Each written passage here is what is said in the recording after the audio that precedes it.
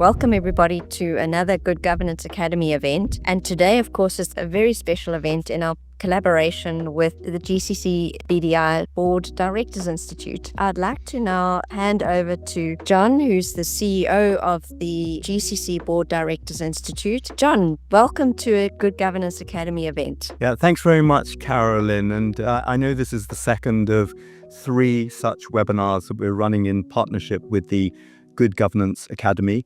And at GCC Board Directors Institute, we think it's very important to collaborate across markets. And while we represent the GCC, meaning the 6 economies in the Gulf, we always think it's very important to raise our heads above the parapet, clearly hear from other people in other jurisdictions, because with big topics like this, thinking about energy, ESG and the new board agenda, it's very important to compare and contrast while recognizing, I think, the big opportunity that we have. Delighted to see Professor King. As soon as I saw the advertisements for this webinar coming out, I immediately signed up, and I'm sure that's the case with many people because, of course, he needs no introduction. I'll leave Carolyn to introduce our other wonderful speakers, Peadar and Karina, and I'm sure they'll take us through our paces. And just 2 points to make. One is that we will be doing a 3rd webinar with Good Governance Academy, and that is on the 20th of November. And we'll be looking at the all-important subject of global supply chains. And being in the thick of it, geographically in the middle of many, many supply chains, again, I think that's a must attend for all of you. And I'll just leave Carolyn with this note that I picked up from the Financial Times recently, which is that US shareholders apparently failed to pass any environmental proposals in the most recent proxy season in the USA. So a big statement from the Financial Times, and I'm sure perhaps a good way to get the minds thinking. And we would encourage you, as I'm sure Carolyn will, to obviously ask questions, get involved, and you don't get a better panel discussion than this with this stellar speaker lineup. Thank you very much, Carolyn, and we appreciate the support of Good Governance Academy and look forward to a great discussion today. Absolutely. Thank you so much, John. With no further ado, I'd really like to welcome, as you said, Professor Mervyn King, who really is going to bring a governance angle to us, but also in a governance, from a governance perspective, is Karina. And Karina, looking at your profile, part of the Climate Governance Initiative, I think that's founding chair. We're really looking forward to hearing about that initiative and your drive behind that initiative, which is fabulous. And then Peadar Duffy from the ESG Exchange. Welcome, Peadar, and we're really looking forward to the practicalities of what the new board agenda means and the implementation of energy and ESG in practical terms. But ladies first, just give us a little bit of a sense of what this topic means for you, energy, ESG, and the new board agenda. If you can just give us a few insights to set the scene for us. Thank you, everybody. I'm absolutely delighted to be here. So I have served on listed company boards for 12 years now. My first 9 years were on the board of the Italian oil and gas major Eni.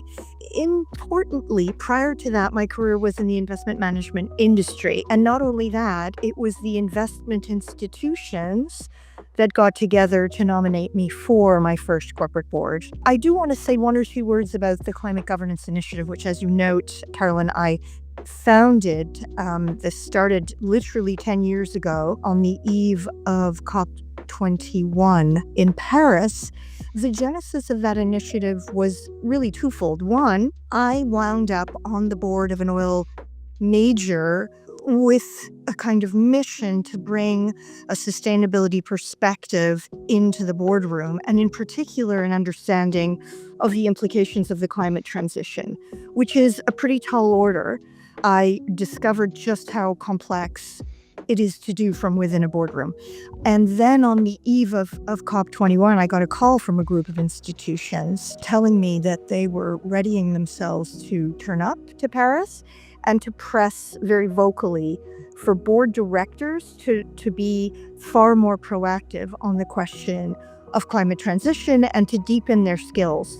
And, could I help? I gave the matter a lot of thought and ended up approaching the World Economic Forum to explore with them whether this was something that we could do together, which they thankfully agreed to do.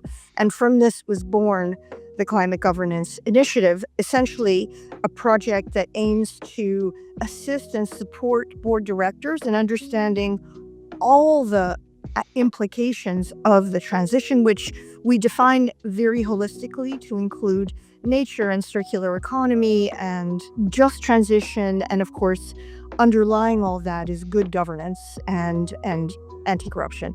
So we have a very detailed program of training and support, and we have chapters all over the world. In the GCC region, we have one in the UAE that launched 2 years ago, and so we're there to really assist and support directors who want to use their voice in the boardroom to be a force for constructive change on the strategy of the company. Thank you. Karina, that's a great segue because I co-founded the establishment of one of your chapters in Southern Africa, Chapter 0 Southern Africa. Correct. And in fact, Prof. Mervyn King, Mervyn is a patron of Chapter 0 Southern Africa. So Wonderful. Let me hand over to Mervyn now in terms of a brief oversight, a brief précis of your sense of energy, ESG, and the board's new agenda.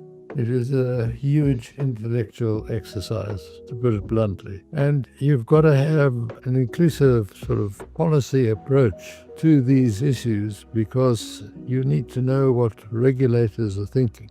So you actually need someone in your executive or board member to actually be in communication with the regulators to know what they're thinking. And then you've got to be very aware at the same time of the society in which you are steering a company to its ultimate goals that it wants to achieve.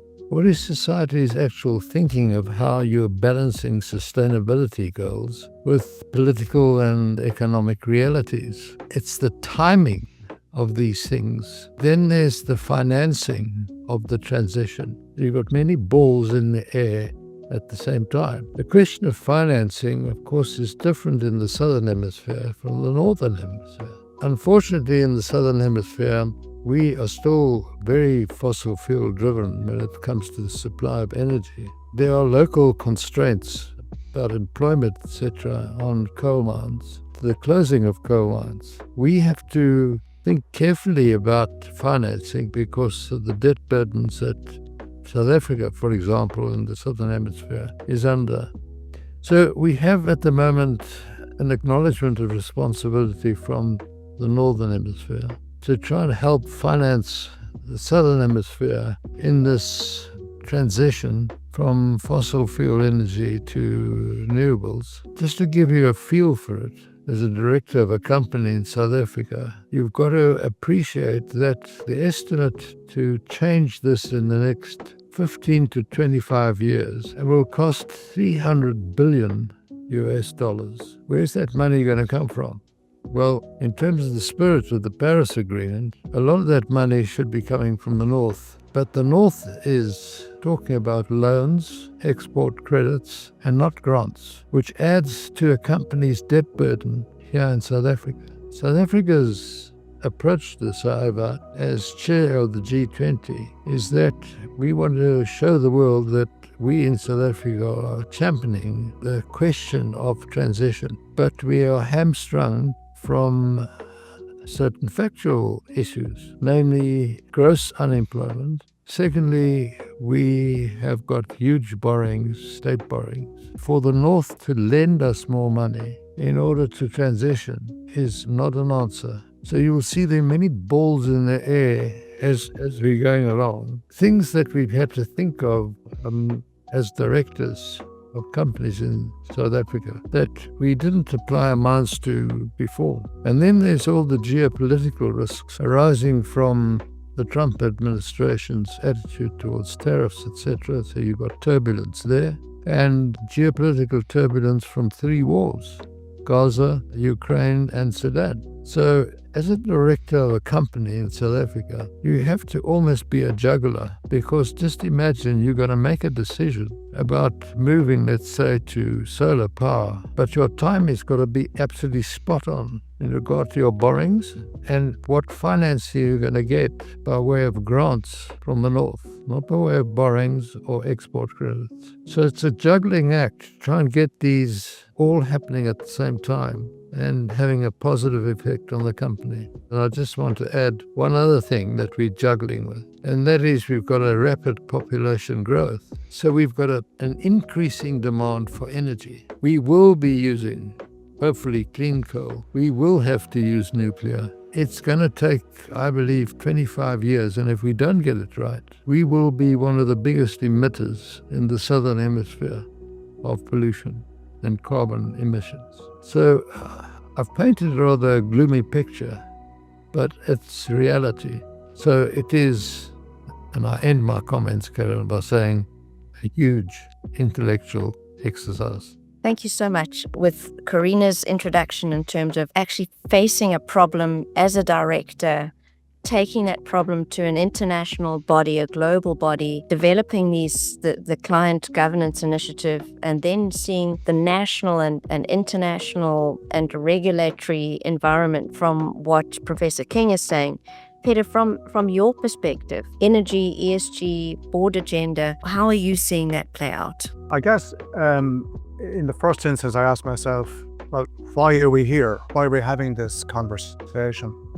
Is it because there's a global movement towards being kinder to the planet and people less well off than ourselves across societies? And of course, as human beings, we'd be inclined towards those warm tendencies. But that's not why we're here. Why we're here is because the global capital markets, the pension funds in particular, are quite petrified as they look forward at a world growing in uncertainty. Petrified as to the adequacy of the tools and techniques that historically, traditionally been used to understand risks, understand uncertainties.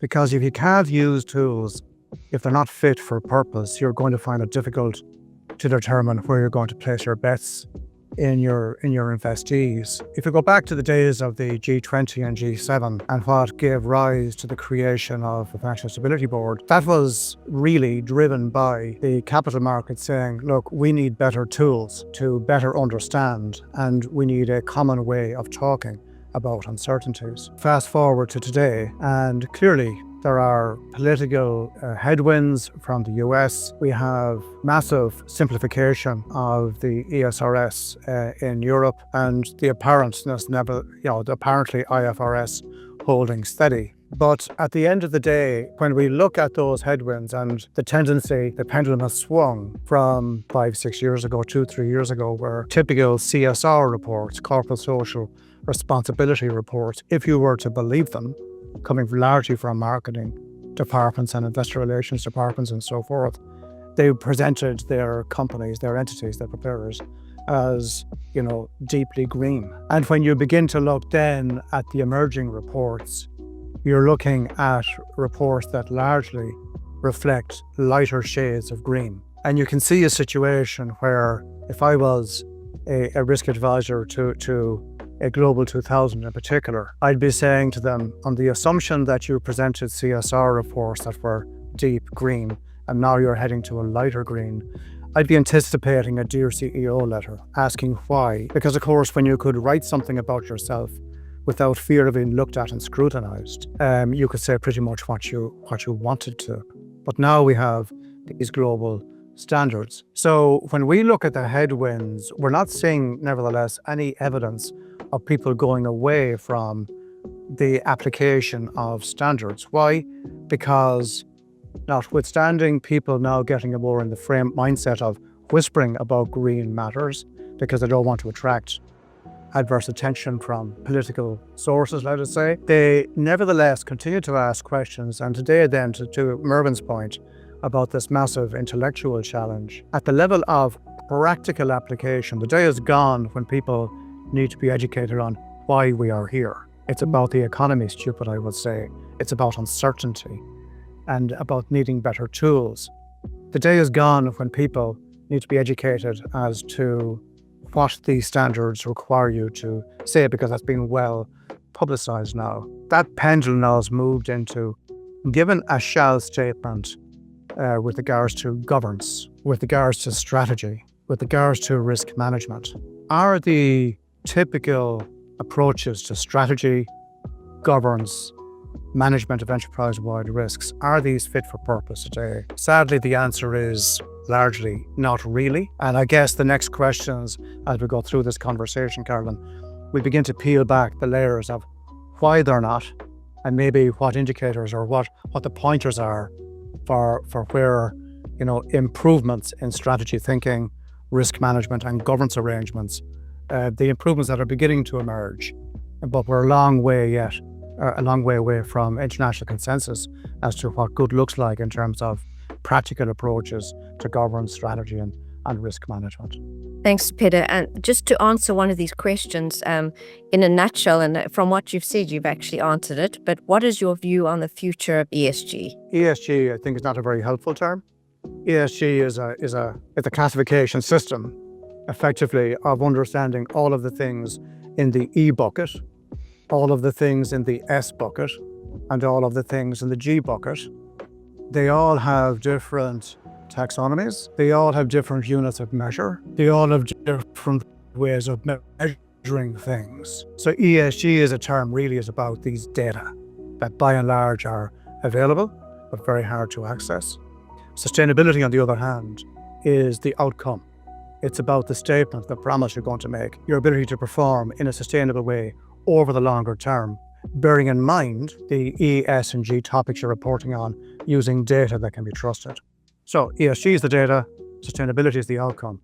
The future of it, it's not a trend thing. It's driven by the markets and this absolute requirement to better understand those organizations that are silent on these topics because they don't know what it is they need to do. And by and large, any entity that is silent on ESG today will be punished ultimately by its customers. And they're the types of company that investors, I think, will slowly walk away from. Not overnight. There'll be a dimmer switch approach to winding down positions on companies that don't have a demonstrably credible story on ESG and sustainability. Karina, does that resonate with you? I think when you're sitting in the boardroom and you're contending with the fact that, as Peadar said, some of the language out there is becoming more muddled. And meanwhile, Mervyn is absolutely right that we as companies exist in a regulatory and political system at a national level, but also at an international level that is growing in complexity. And our job in the boardroom is to make practical decisions, right? And so what I see is that notwithstanding all of this stuff, which one company described as bluster, what's happening at a practical level is that, to use a really tired cliche, the train has left the station. I don't think anybody disputes now that we are, if you take the issue of climate change, we are in a drastically warming world, and that has ripple effects across our natural systems, water stress, and also it has spillover effects on social dynamics like migration, and which in turn has triggered massive issues in the global north. So we who run companies have to navigate all that. We have to navigate that in a world of increasing political polarization, where policy decisions are taken that make it harder for us to operate. Somebody, I think I think it was Mervyn who cited the rise in protectionism. That makes it much harder to do business. So with that by way of context, most companies are carrying on. It's not like they're suddenly saying, well, somebody voted in people who denied the reality of physics, so physics is dead. And physics is physics, right? So the temperature is hotter. My house flooded last summer, and that's what we're dealing with. And whether it's my house or my factory or, we have to deal with that. So that by way of context, yes, the investors are getting a little bit more in some cases, a lot more timid around these questions. John opened the discussion by noting that there hadn't been a single environmental resolution passed last year. That's a hell of a headline. Unfortunately, it doesn't really tell us very much, because environmental resolutions rarely pass with a majority. Very, very rarely. When they do pass, that is definitely news. What's news is that a lawsuit to dismiss it may have failed, because there are more and more of them to force those things off the ballot. And depending on who's in power, who controls the Securities and Exchange Commission in the United States, for example, such lawsuits may result in shutting down debate at the annual shareholder meetings. But what's meaningful is whether there's more or less than 10%. If there's more than 10%, I guarantee you as board members, we view that as a very serious signal. If our shareholders are even filing a resolution, even if it gets kicked out, or if our peers are experiencing resolutions, even if they get dismissed by the courts, that's meaningful, okay? And we have to read those signals. So when Mervyn says, pay attention to what's happening around you, it's policy, but it's also civil society and the investor community and what they are expecting of us. So we carry on, and I think you had a lot of really smart questions for us that I hope we move to now, because I think we need to work through at a practical level what we in the boardroom can do in terms of organizing our committees, in terms of defining priorities that can help us navigate through these particularly stormy waters. Well, there's no one better than Mervyn to talk to us about that, about really giving effect to this board imperative and ensuring that it is embedded in the structures of the board, and of course then in the board's direction of the organization's strategy. So Mervyn, from your perspective, how does a board go about, how should a board go about really bringing this thinking, these dilemmas into tangible results and action? The answer is with difficulty. I think I ended when I was talking before Karina spoke, that it's almost a juggling act. And you actually need a corporate stakeholder relationship officer, because you have to learn and understand the needs, interests, and expectations of your various stakeholders. And unless you understand that, you can't make those decisions from a time point of view. Because when you think about it, we've moved away from the primacy of the shareholder to this value creation model in a sustainable manner. And we have to embed sustainability issues in the creation of value. And that has to be the thinking of the board.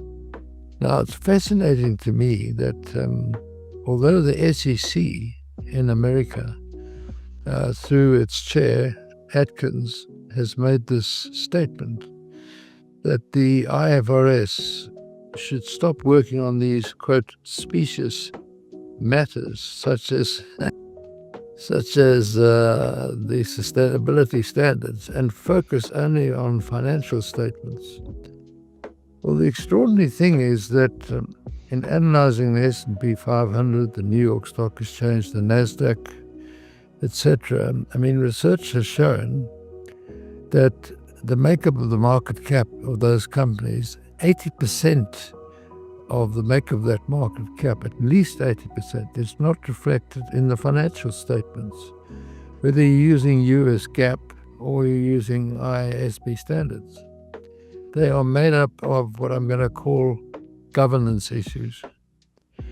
They are made up of sustainability issues. The reality is that the Trump administration can do and have its effect on the SEC's chairman making the statement which he has made. But they can't move away or make it disappear the following fact: that business is at the junction of the economy, society, and the environment. we know that through the 20th century, there was a focus on making profits. But what we also know now is it was subsidized by society and the environment. And we just cannot allow that to continue. We could if we fail in our moral duty for those that come after us and fail in our absolute duty of good faith to the company, this incapacitated legal fiction of which we are the guardians. So that you cannot ignore these things, and you have to have sustainability uppermost in your mind in making those business judgment calls, because otherwise I don't think you act in the long-term best interest of the company. Because the reality that these things are happening, as Karina said, the planet is getting warmer, whether you like it or not. Glaciers are melting faster than ever before, whether you like it or not. There are bushfires happening, spreading around the world more than ever before. And there's turbulence in weather patterns. So whether you like it or not, that's the reality. And if boards don't take account of these factors in steering the company towards its ultimate goal and achieving that goal, then I think they're failing in their duty of care. And I go back to the UK doctrine of true and fair. And Peadar, you may know that certainly in Ireland as well, you've got the true and fair doctrine that when you make a statement or you report, issue a corporate report, you've got to make sure it's true and fair. And that means that it's not, doesn't have misstatements, that you are faithfully believe that you are telling the truth, that it's actually factual, and there mustn't be any obfuscation. You achieve those things, you can only achieve those things in today's world by taking account of those sustainability issues which are embedded in creating value.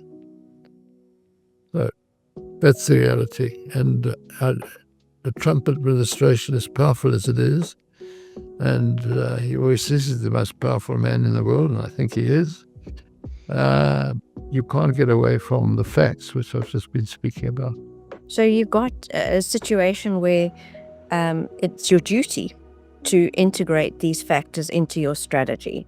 But the approach to that, and Peadar, I mean, you can treat it as a compliance requirement, and we're saying that compliance is getting, diluted in terms of compliance requirements. But we do need to have the duty of care to the company. We need to make sure that's embedded. How do we go about doing that? With great difficulty. I'm kind of minded at, this is my first time as CEO of an NGO. Before now, the previous, let's say, 40 years pretty much, I've been an advisor to many boards here in Ireland that were the subsidiary boards of US corporations that, the European headquarters for massive operations across Europe, North Africa, Middle East, and so forth. And whether it's in the States or here or elsewhere, you get involved in these strategy away days. Because let's bring it down from let's say 30,000 foot to maybe closer to 10,000. On those strategy away days, with a pretty rarefied group of people, typically, even large in number, but nevertheless rarefied from across the world, assumptions are made. Assumptions about the present and assumptions about the future. And these assumptions, when they're put to print within the context of a plan, become very hard to change. And they become very, very dangerous, particularly now, given pace of change. So, I'm not losing my marbles here, Mervyn, but you could come out with a statement of saying, strategy is dead, but long live strategy. So what do I mean by that? I'll tell you a little story. The last Iraq war, the American military, without doubt the best military in the world today and then, was losing to a far inferior opposing force, poorly equipped, super motivated. But the American military was equally super motivated. But they kept on losing, and something had to change. And the biggest single thing that had to change was an acknowledgement that the doctrine, the 20th century doctrine, was possibly no longer fit for purpose. The strategic mindset, the formulation of the strategy, the execution of the strategy, where decision-making would be made. So a person called General Stanley McChrystal, who wrote the book Team of Teams, took some really, really big personal career risky decisions, let us say. He took a very siloed hierarchical command and control structure and brought all of these people literally together in large warehouses where people who were different in uniform and designations and so forth had to work side by side. And his purpose was to move from silos to cross-functional teams. And perhaps the biggest single decision he made was that decision-making in a fast-moving, dynamic, fast-paced, far-away place, decisions had to be made not by the general or the senior staff officers, but optimally by decision-makers closer to the information on the ground. And so he, in doing that, had to create a framework. And he first of all started with purpose. Either, why are we here or what are we doing here? That kind of statement of purpose. Breaking that down a bit further then into each decision maker's role in making decisions and supporting a particular mission, his or her mission, right down to the smallest unit within a behemoth organization. But then also saying, we're going to change now from setting a plan and faithfully prosecuting that plan to always sensing and anticipating what's around the corner, because these guys are beating us. Always learning and always adapting to that learning. And always on cross-collaboration. And they learned about themselves that effectively this behemoth organization was an ecosystem of ecosystems. That's what they learned, and they began to win. And then he wrote the book, Team of Teams. Now, at a very practical level, how do we apply that to an organization, a company, that could be compared with a behemoth military machine? Because that's pretty much what it is. It's kind of hierarchical. It's very much command and control, even with 21st century digitalization and so forth, and access to information, drilling down into source data sets and so forth. But still, organizations or species require us almost to be hierarchical, command and control, different tribes and silos. So how do you apply that then in the context of energy, in the context of ESG, all those different topics? It starts off with, first and foremost, understanding impacts. Now, that's kind of, the GRI focus on impacts. Economists would talk about, instead of externalities, which ultimately somebody else pays for. They're either positive or negative. And when you begin to get a sense of impacts and externalities, and you write them down, the next challenge then is to reframe your statement of purpose relative to those impacts, those externalities. Because whether you like it or not, those impacts, those externalities, if they're not hitting your performance today, your cash, your P&L, your balance sheet today, they will tomorrow for sure, and your customers will pick up on it. You need to define your core purpose in the context of those impacts and externalities. And Thanks, then Peter. when we're doing that, Sorry, Carolynn, let's move on to two other critical things. When we do that, that's the point then at which you begin to place your bets with regards to your transitions. Where do you have the opportunity to transition? Is it in the context of decarbonisation? Is it circularity? Is it social impacts? And so forth. And at that point then, you can map out and understand the ecosystem that you operate in as an industry, as a company within an industry, as an industry within a sector, and so forth. I was just, as you're talking, I was thinking, so Karina's been there. She set the principles, worked through the principles, and has been directing and on the board. So delegating, overseeing, demonstrating accountability. What is your sense in terms of what we're hearing now and what you've actually directed in your organizations? Look, I think that at one level, nothing has changed because, particularly in industries with a fairly long value generation cycle, it's different in tech where things might turn over every 2-3 years in terms of the latest technology. But in energy, you're looking at investments that have a 30-year life or more. So decisions that are taken have to stick. And there may be swings in what policymakers are pushing or what investors are pushing. But we kind of have to think carefully about the big decisions we're going to make, and then we stick to them, and then we have to defend them. And if there's a major disruption, such as the war in Ukraine, and suddenly there's a focus on energy security that is conditioned by the fact that a huge chunk of supply is now suddenly crossed off, then obviously you have to jump and you have to adjust. But that's, in the grand scheme of things, if you think in terms of a 40-year pathway, that's an unpleasant bump on the road, but it's not something that's going to cause you to change direction, right?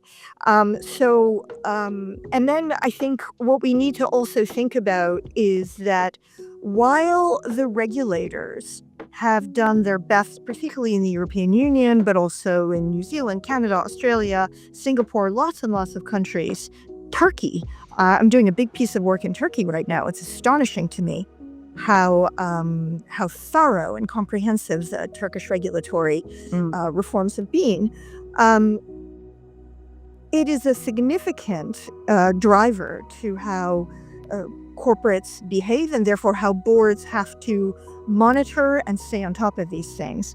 But it's always a baseline. It's not what defines what a company does. What defines what a company does is what is in the ultimate long-term best interests of the company, meaning its investors and its other stakeholders. So as long as you're guided by that fundamental principle, complying with rules that may be becoming more and more stringent is a must.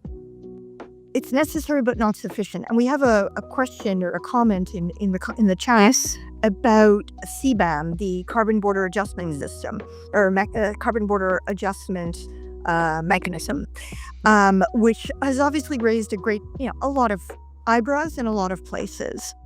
As I'm sure many of you know, the reason CBAM was introduced was because large energy-intensive companies in the EU were facing carbon leakage. In other words, they were being subject to ever more onerous carbon pricing pressures, and it became economically competitive to shut down and import from countries that didn't have such carbon pricing. So it was necessary to equalize that.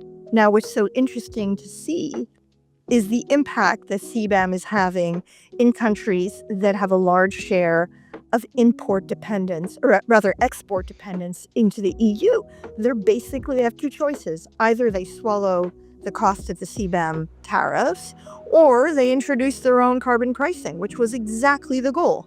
And so it's effectively Brussels is succeeding in exporting its regulatory model in a way that is actively seeking to use a term of art, internalize externalities, right? To prevent leakage and make sure that everybody pays the same price for carbon. That's a good thing, even though it can be a painful thing in adjusting to a new way of pricing. So, right, exactly. So to get to your question, compliance, yes, absolutely, but it's compliance and we in the boardroom have to think, all right, so where does this fit into our strategy? Is our business model fundamentally consistent with a low and ultimately no carbon world, zero carbon world? If it isn't, if our core product is a huge emitter of carbon, whether in production or in its use, then we have a problem. Then we have to think about changing our business model. This is exactly what I experienced in my oil and gas company. That was the decision we had to make. And we made a decision that was to say, we're going to change our business model. We're going to start immediately. It's going to take 30 years, right? It's not something that you can do overnight. And while that 30-year transformation occurs, we have to continue to pay dividends, do share buybacks, pay our workers, fund, all of the social investment that we commit to funding when we go into a country, schools and hospitals and roads and, educational programs. That can't stop, right? So it is a big load to shoulder, but it's with a view to shifting the course of the supertanker, and most importantly, not making investment decisions today that are going to lock us into a production profile that is going to result in stranded assets, by which I mean assets that have lost their value and have to be written down because we're producing a product that nobody wants to buy anymore. So, for example, renewable energy has now exceeded, in terms of volume, coal in the world. It happened today. I saw the headline. It's cheaper than fossil energy. Now, for plants that are already built and there are some costs, it's cheaper to continue operating them. But nobody should be building any new fossil power generation facilities anymore. It doesn't make sense. It's cheaper to build clean energy and to build battery power alongside it to deal with the intermittency problem, and to build much more limited backup power in the form of some gas, and of course nuclear. And I agree with, I think it was Mervyn who said that we're going to have to invest heavily in nuclear. I respectfully disagree on clean coal. I think that is frankly an inefficient use of our very limited carbon capture and storage capacity.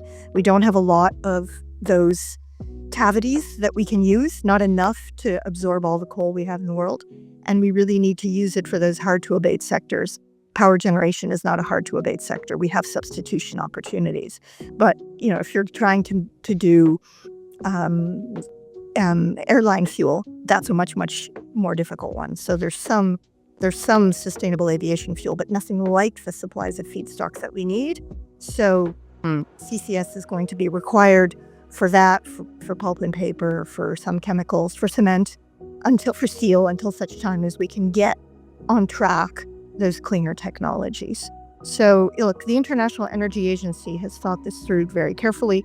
I know some of their recommendations can be quite controversial, but there's a lot that can be learned from the extremely comprehensive modeling that they do, and that is updated every year. And I think we should do the best we can with the data that we have. Thanks, Karina. I've got a question here from Nazar, and perhaps Mervyn, I can put it to you. As boards navigate the energy transition and increasing ESG pressures, how can they move beyond compliance, as we've been speaking, and beyond compliance and disclosure to truly embed sustainability and resilience in the core strategy, especially when short-term financial pressures seem to conflict with long-term ESG commitments? The answer, I think, is back again to the duty of care to the company. You just can't ignore these things. It's all very well complying with the regulation, but you've got to make sure that you're discharging your duty of care to the company. And that means that you've accepted you're a guardian and a steward of the company's assets and its business affairs. And therefore, you've got to make decisions in the long-term best interest of the health of the company and not a particular stakeholder or anything. So a regulator may lay down something which is the law, so it's mandated, so you have to comply with it. But that doesn't mean once you comply with it, that's it. Stop thinking. about how you steer. The and, as you said. You've got to steer the company towards its ultimate goal, and you've got to do it in a sustainable manner. In our world, which unfortunately we've had the use of natural assets faster than nature's regenerating them, for example. Just one example of a problem in which we all operate in today. So we're back again to the duty of good faith and acting in the best long-term interest of the health of the company. So just, mindless compliance, Carrie, with the regulators' mandated requirements doesn't mean you've discharged your duty of care to the company. You've got to apply your mind what is needed to actually discharge that duty of care on a true and fair basis using the UK measurement. Thanks for answering the question. We've got strategy, we've got the applying your mind, the duty of care, all of the mechanisms, Karina, that you've mentioned. Just touching on, Peadar touched on risk. And I know that that's your background, Peadar, the risk manager, because what you're saying is, in terms of the agility required, is it's no longer these, the red, amber, green, 2D spreadsheets, with the boxes, the traditional risk management. And what you're talking about, Peadar, when you mentioned that, that you have to be responsive, really talking about almost an agile response to it. Can you just expand a little bit more on that for us, please? There's a thing, in the context of, let's just go back to TCFD, 3 recommendations on risk management. That's the parent is aware of multiple, shall statements across IFRS and elsewhere. Okay, cool. The assumption is that we're now at the 10,000 foot level of risk management at a functional kind of systems level. So the assumption is that there is an organization's enterprise management system. But there's no evidence of that existing other than in exceptional cases. There's consistent reports from, for example, in the States, from North Carolina State University's annual report. And by and large, in most organizations, what you have is you have a management system for compliance, for safety, for environment, for this, that, and the other. They're not talking to each other. Yet you have the illusion of being able to aggregate up information to an enterprise-wide view. So if you ask me the question, are existing risk management systems capable of addressing this fast-moving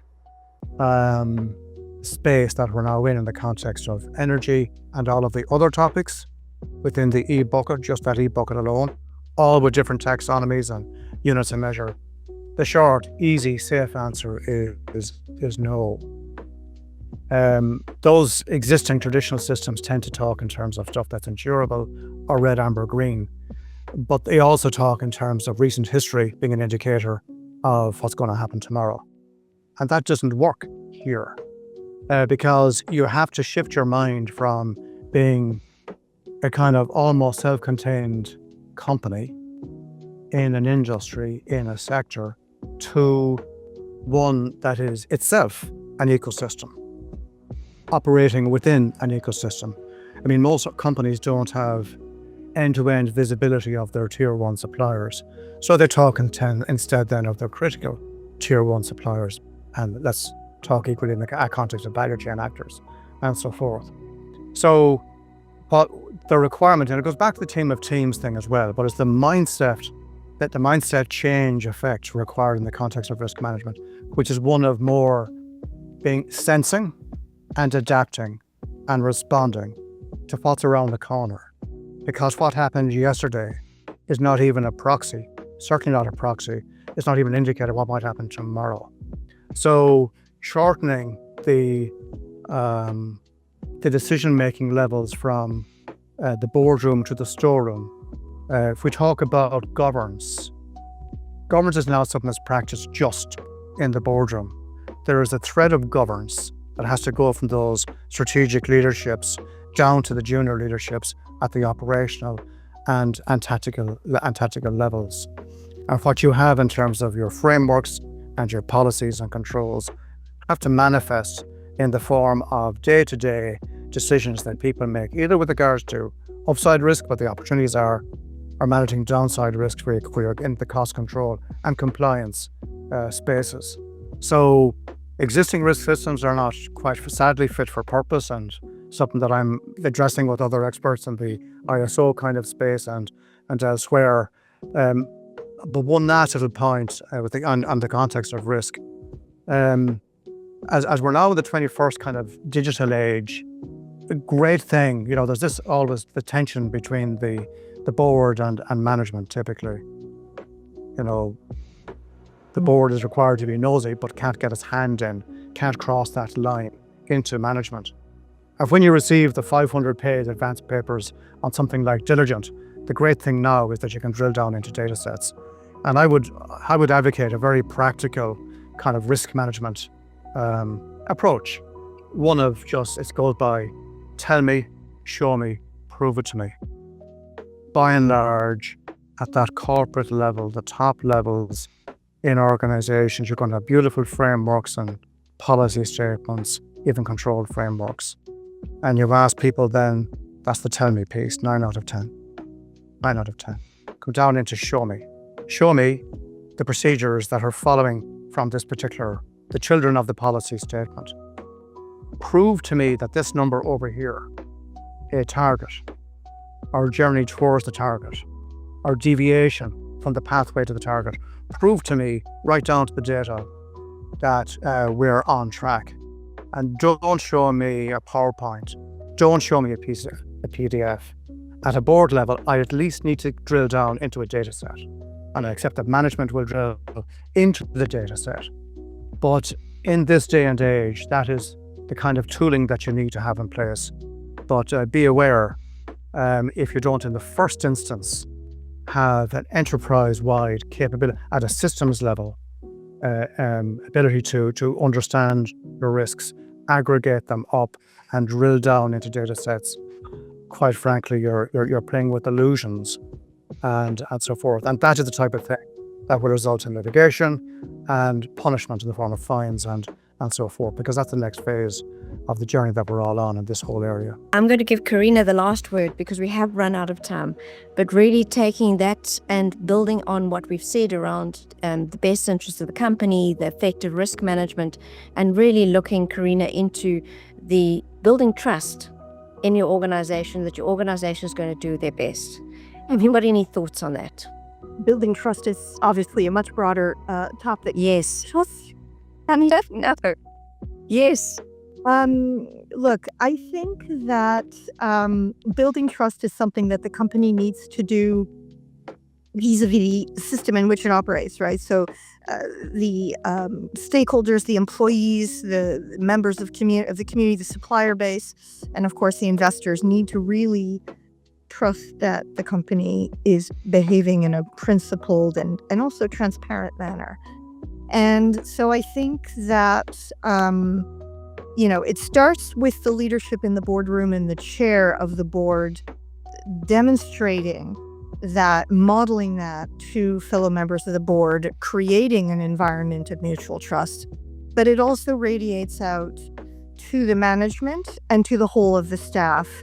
One of the things that I personally made a point of doing, and we have limited opportunities to engage with staff because that was something that the company controlled very, very tightly. But nevertheless, when there was the occasional dinner or buffet lunch or something like that, I personally would make a point of introducing myself, asking questions, and really using it as an opportunity to listen. Some boards, by the way, designate a member of the board to be their liaison with employees, which I think is such a brilliant idea.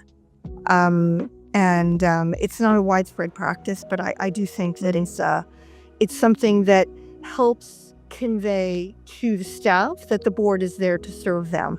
When I was an employee and I was a member of the ethics committee, I had one of the department heads come to me and say, or it wasn't a department head, it was a deputy department head who came to me and said, the head of my department he was a whistleblower, basically. He said, the head of my department is doing something illicit. I don't know who to turn to, I'm telling you.